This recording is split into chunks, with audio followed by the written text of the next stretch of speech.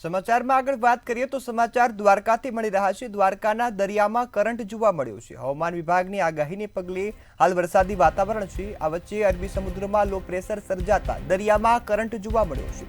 દ્વારકાના ગોમતી નદીમાં મોજા છે તે ઉછળી રહ્યા છે અને કરંટ જોવા મળ્યો છે। ગોમતી ઘાટ પર સહેલાણીઓ છે તે ઉમટી પડ્યા છે। વાવાઝોડાની આગાહીને પગલે દરિયામાં હાલ કરંટ જોવા મળ્યો છે અને આને લઈ લોકોને સાવચેત રહેવા અપીલ કરાઈ છે।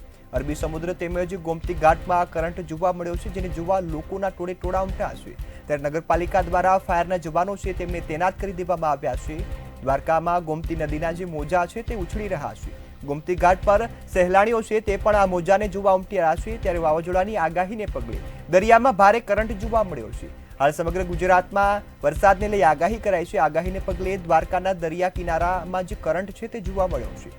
અરબી સમુદ્રમાં લો પ્રેશર સર્જાતા હાલ જે દરિયા છે તેમાં કરંટ જોવા મળતા જે મોટા મોજા છે તે ઉછળી રહ્યા છે। ત્યારે ગોમતી ઘાટ પર સહેલાણીઓ છે તે પણ ઉમટ્યા છે, જેને લઈ ફાયર વિભાગની જે ટીમ છે તેને તૈનાત કરવામાં આવી છે।